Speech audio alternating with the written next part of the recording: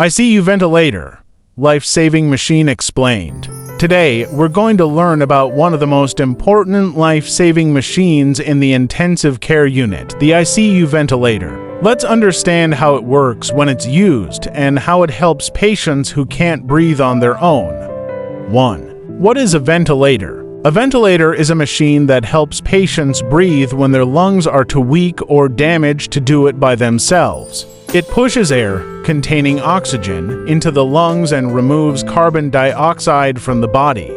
This process is called mechanical ventilation. In simple words, the ventilator acts as an artificial breathing system, supporting the life of critically ill patients. 2.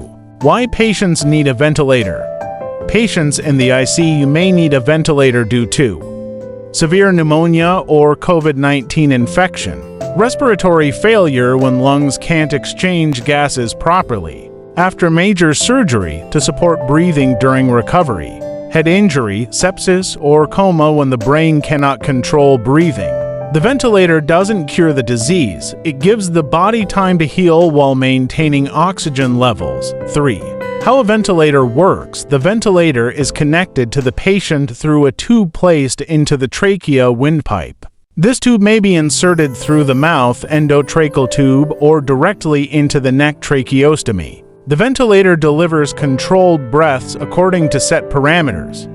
Tidal volume VT, amount of air per breath. Respiratory rate RR, number of breaths per minute.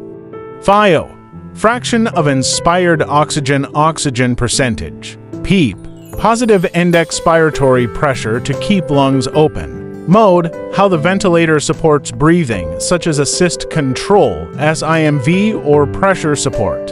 All these settings are adjusted by critical care nurses and doctors based on the patient's condition. 4.